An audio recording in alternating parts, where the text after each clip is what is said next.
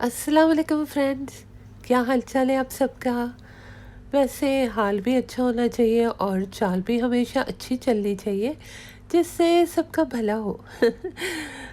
तो आज हमने बाहर से आते हुए केएफसी लिया था। ये हलाल केएफसी की ब्रांच है, मगर हमारे घर से काफ़ी दूर है।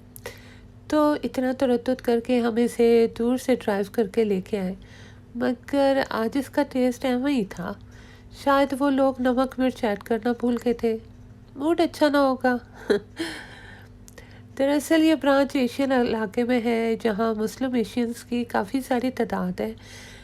तो यहाँ से हम जब भी केएफसी लेते हैं तो हमें बहुत अच्छा लगता है, क्योंकि इसमें काफ़ी सारा हर्ब्स और स्पाइसेस का टेस्ट आता है और बहुत चटपटा सा लगता है। मगर जब हम दूसरे इलाकों के हलाल केएफसी से लें जो गोरों के इलाके में है, तो वो हमें इतना स्पाइसी नहीं लगता। अब पता नहीं ये हमारा वहम है कि हकीकत में ऐसा है। मगर आज जब ये लिया ना, तो बस ऐਵੇਂ ही सा टेस्ट था। तो हमने सोचा ऐसे ही इतना ड्राइव करके पेट्रोल ज़ाया करके इतनी दूर के, मगर वो जो कहते हैं ना कि इस तरह तो होता है इस तरह के कामों में। तो खैर है। यहाँ तो ये हाल है कि बाहर से थक के हारे हुए घर जाओ तो घर का भी सारा काम खुद से करो। अब भाई अपने मुल्क की वो अय्याशियाँ कहाँ कि मासियाँ काम करने वाली मिल जाती हैं, नौकर चाकर मिल जाते हैं। वैसे एक बात है कि पहले के ज़माने के जो मुलाज़मीन थे ना, वो बहुत वफ़ादार होते थे। वो जो कहते हैं ना कि मर कर ही चौखट छोड़ेंगे, तो वो हाल था।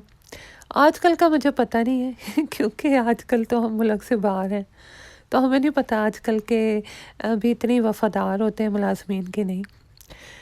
तो जैसे कि पहले के व्लॉग्स में भी मैंने ज़िक्र किया है कि मेरा बचपन मेरे नाना के घर पे गुज़रा।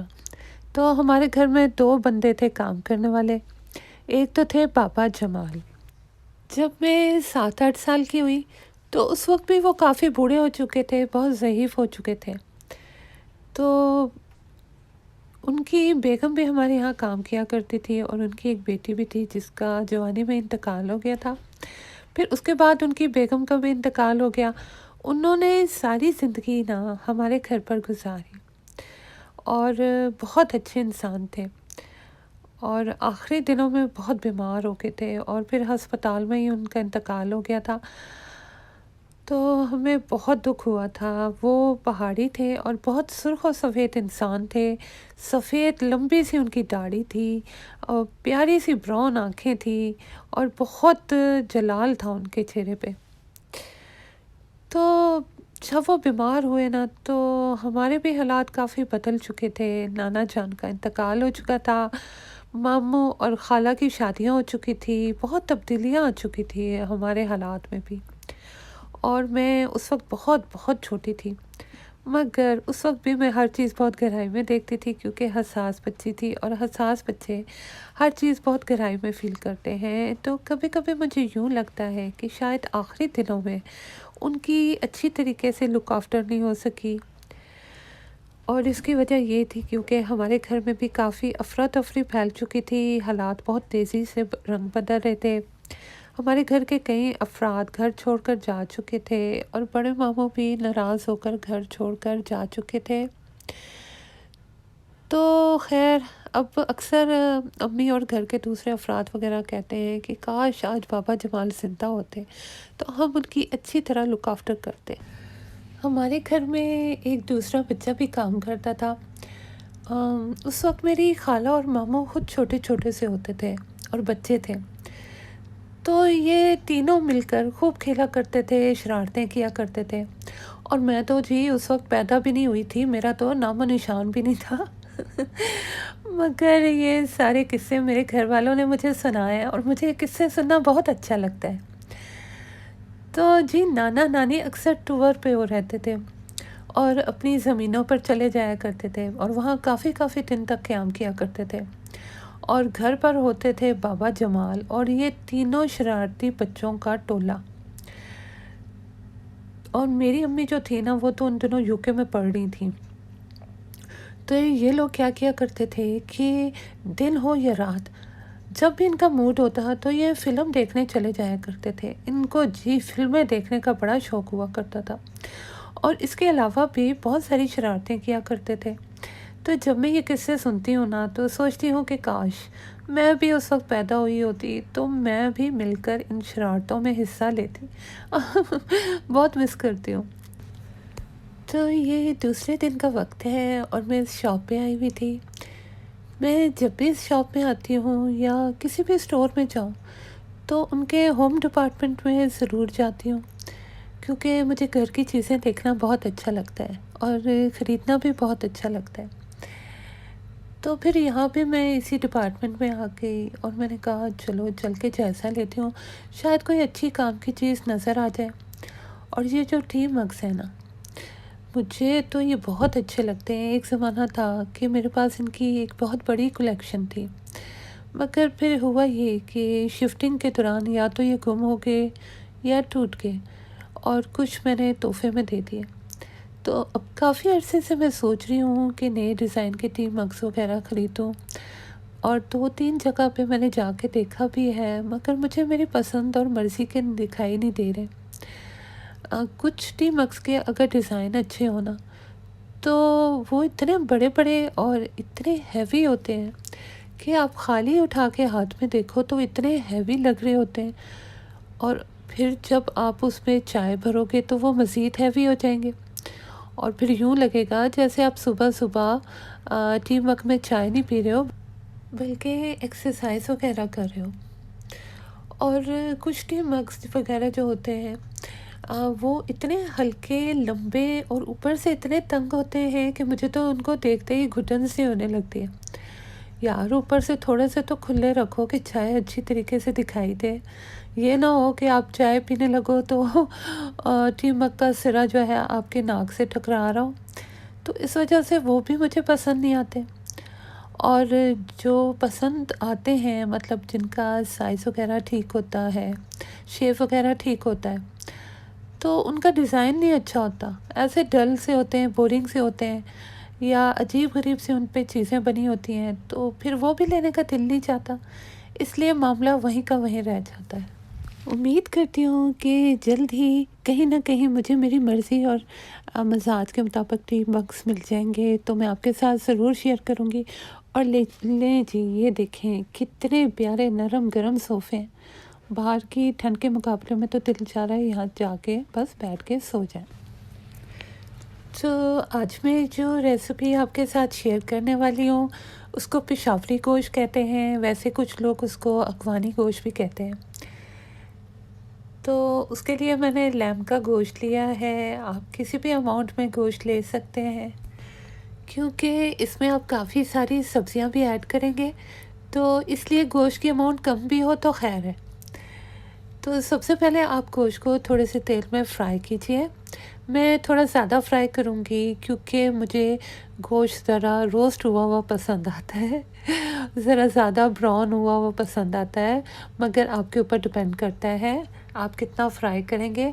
जैसे ही गोश्त जो है वो पानी छोड़ दे और हल्का सा कलर चेंज कर दे, तो वो नेक्स्ट स्टेप के लिए तैयार है।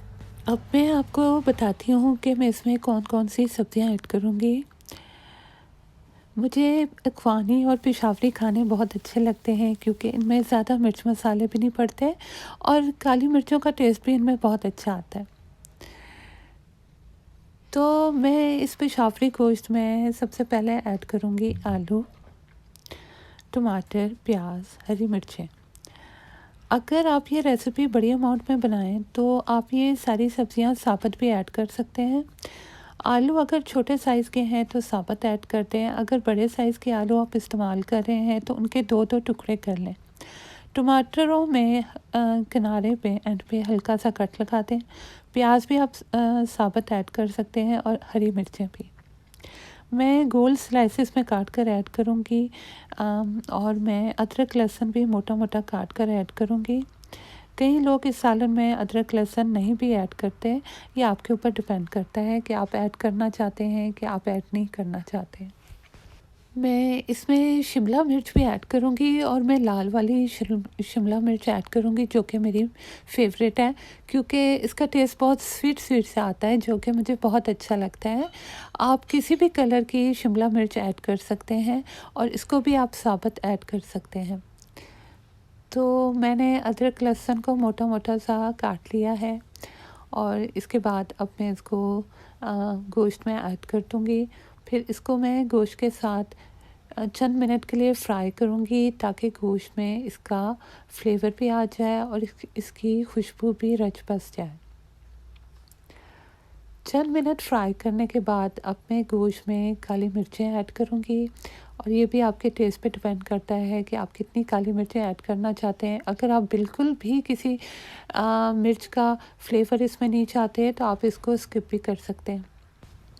फिर आप हल्का सा फ्राई करने के बाद इसमें आधा ग्लास पानी ऐड कर दें या आपका जितनी भी अमाउंट का गोश्त है उसी हिसाब से आप थोड़ा सा पानी ऐड कर दें और फिर इसको हल्की आंच पे गलने दें। जब गोश्त गल जाएगा तो फिर उसके बाद आप अपने वेजिटेबल्स इसमें ऐड करना शुरू कर दें। सबसे पहले मैं इसमें आलू की लेयर लगाऊंगी, उसके बाद मैं शिमला मिर्च की लेयर लगाऊंगी। मैंने लाल शिमला मिर्चें इस्तेमाल की हैं क्योंकि मुझे बेहद बेहद पसंद है। इनका बहुत स्वीट फ्लेवर होता है पकने के बाद। अगर आप किसी और कलर की इस्तेमाल करना चाहते हैं जैसे कि ग्रीन या येलो वगैरह, ऑरेंज वगैरह, तो आप उसको भी इस्तेमाल कर सकते हैं। इसके बाद मैं प्याज की लेयर लगाऊंगी, हरी मिर्चें डालूंगी और फिर इसके बाद मैं आधा ग्लास पानी इसमें ऐड करूँगी और हल्की आंच पे ढक के इसको गलने के लिए रख दूँगी। अगर आप नहीं चाहते तो आप पानी वगैरह ऐड ना करें, मुझे क्योंकि हल्की सी ग्रेवी चाहिए होती है तो मैं इसमें ऐड करूँगी। अगर आप पानी ऐड करना चाहते हैं तो अपने गोश्त के और सब्जियों के हिसाब से इसमें ऐड करें। मैंने सब्जियां डालने के बाद दोबारा से उसमें थोड़ी सी काली मिर्च नमक ऐड किया था। तो जल्द ही गोश्त तैयार हो गया था और ये देखें बड़े मज़े का लग रहा है और यम्मी लग रहा है। सॉरी, मैंने आज भी कैमरे को फिट नहीं किया था तो हाथ में उठा उठा के मैं वीडियो बना रही थी जिसकी वजह से वीडियो काफ़ी हिल रही थी। आइंदा मैं कोशिश करूँगी कि कैमरे को अच्छी तरीके से सेट करने के बाद मैं कुकिंग रेसिपीज़ आपके साथ शेयर किया करूँ। तो इस वक्त शाम का वक्त हो रहा था और मैंने गर्मा गर्म चाय बनाई थी और इसके साथ मुझे ये वाली चीज़ बहुत अच्छी लगती है। इसका बहुत नमकीन सा टेस्ट होता है और इसमें गार्लिक और हर्ब्स वगैरह लगे होते हैं और इसको मैं मीठी मीठी चाय के साथ खाती हूँ तो मुझे बहुत अच्छी लगती है। अब सारा दिन इतनी भाग दौड़ करने के बाद, इतना काम शाम करने के बाद थोड़ी देर तो रिलैक्सिंग करना बनता है ना, रिलैक्स होना बनता है ना। तो बस यही समझिए कि ये मेरा रिलैक्स होने का टाइम था। तो अफ़गानी गोश्त के साथ मैंने ये वाले बने बनाए नान इस्तेमाल किए थे। ये मैंने एस्टा स्टोर से ख़रीदे थे। आमतौर पे ये मैं गार्लिक और बटर फ्लेवर में लेती हूँ, लेकिन इस दफ़ा मैंने गार्लिक और चीज़ फ्लेवर में लिए थे। तो इनको गरम करने के लिए सबसे पहले मैंने पैन में थोड़ा सा मक्खन लगाया था ताकि ये चिपक ना जाए, कि अलग करना ही मुश्किल हो जाए। फिर पलटा के दोनों साइड से मैंने इनको गरम कर लिया था। उसके बाद मैंने थोड़ी सी एक्स्ट्रा चीज़ की टॉपिंग की थी क्योंकि मुझे लग रहा था चीज़ थोड़ी कम है। खैर इतनी कम तो नहीं थी, बस ये समझिए मेरा मूड हो रहा था थोड़ी ज़्यादा एक्स्ट्रा चीज़ खाने का। तो आज की मेरी वीडियो बस यहीं तक थी। दुआओं में याद रखिएगा, अपना बहुत बहुत ख्याल रखिएगा। फ़िलहाल के लिए अल्लाह हाफ़िज़।